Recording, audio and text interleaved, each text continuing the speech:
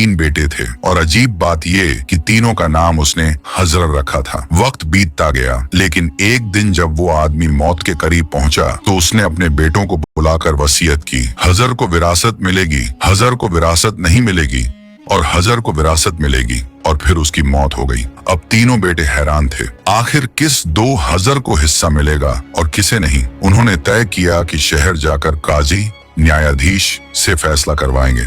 रास्ते में उन्हें एक आदमी मिला जो अपनी गुम हुई ऊंटनी ढूंढ रहा था।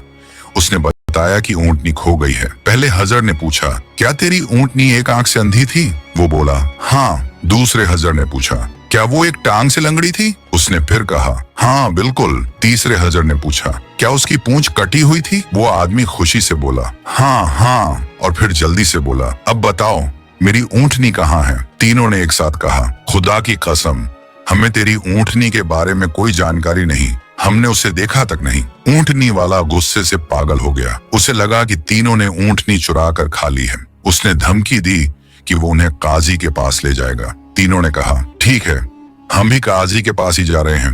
काजी के सामने ऊंटनी वाले ने अपना मामला रखा। काजी ने तीनों से कहा, तुमने इतनी सही पहचान बताई, इसका मतलब ऊंटनी तुम्हारे पास है।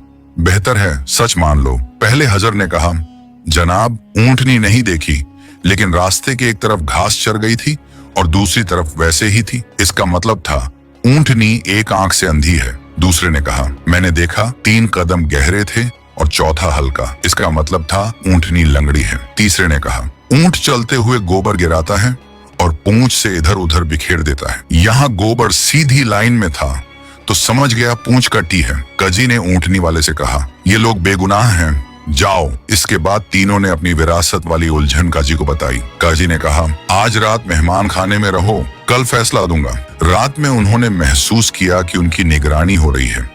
कुछ देर बाद खाना आया, सालन और रोटियां। पहले हजर ने कहा, ये सालन कुत्ते का मांस है। दूसरे ने कहा, ये रोटियां एक गर्भवती और पूरे 9 महीने की महिला ने बनाई हैं। तीसरे ने कहा, ये काजी हराम की औलाद है। ये बातें काजी तक पहुंच गईं। अगले दिन उसने बुलाकर पूछा, किसने कहा था कि ये कुत्ते का मांस है? पहले ने कहा, मैंने। जांच हुई तो बावर्ची ने कबूल किया कि मजाक में कुत्ता पकाया था। पहले ने बताया, गाय, बकरी या ऊंट के मांस में चर्बी नीचे होती है, इसमें उल्टा था, इसलिए समझ गया। काजी ने कहा, तुम वही हजर हो जिसे विरासत मिलेगी। फिर पूछा, किसने कहा कि रोटियां गर्भवती महिला ने बनाई हैं? दूसरे ने कहा, मैंने। उसने बताया, रोटियां एक तरफ फूली और पकी हैं, दूसरी तरफ कच्ची और मोटी, मतलब बनाने वाली झुकने में तकलीफ महसूस कर रही थी। काजी ने कहा, तुम भी विरासत पाओगे। फिर पूछा, किसने कहा मैं हराम की औलाद हूं? तीसरे ने कहा, मैंने। काजी ने जाकर मां से पूछा तो सच निकला। उसने तीसरे से पूछा, कैसे जाना? तीसरे ने कहा, अगर तुम हलाल के होते तो हमें पहरा नहीं लगवाते, कुत्ते का मांस नहीं खिलाते और कच्ची रोटियां किसी मजबूर औरत से नहीं बनवाते। काजी बोला, तुम्हें विरासत नहीं मिलेगी क्योंकि हरामी ही दूसरे हरामी को पहचान सकता है और तुम भी मेरी तरह हो। दोनों भाई घर जाकर मां से पूछते हैं तो वो बताती हैं, तुम्हारे पिता को वो तीसरा बेटा एक दिन सुबह मस्जिद के दरवाजे पर मिला था। वो उसे घर लाए, नाम हजर रखा और पाला पोसा, लेकिन वो उनका असली बेटा नहीं था। और इस तरह तीनों हजर को उनकी असलियत का पता चल गया। 2 सगे भाई, एक पालित भाई। किस्मत ने उन्हें एक ही घर में पाला, पर सच्चाई की कसौटी ने अलग अलग राहें दिखा दी। काजी के फैसले ने यह साबित कर दिया कि दिमाग, नजर और सच्चाई की पहचान ही इंसान की सबसे बड़ी ताकत है। पहला हजर जिसने छोटे से निशान से पूरी सच्चाई पहचान ली।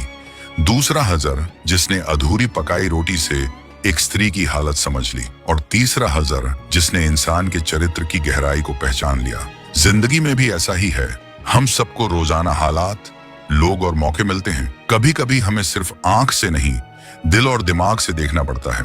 सिर्फ वही लोग आगे बढ़ते हैं जो ध्यान से देखते हैं, सोचते हैं और सच का साथ देते हैं। तो याद रखो, हालात से भागना मत, उन्हें पढ़ना सीखो।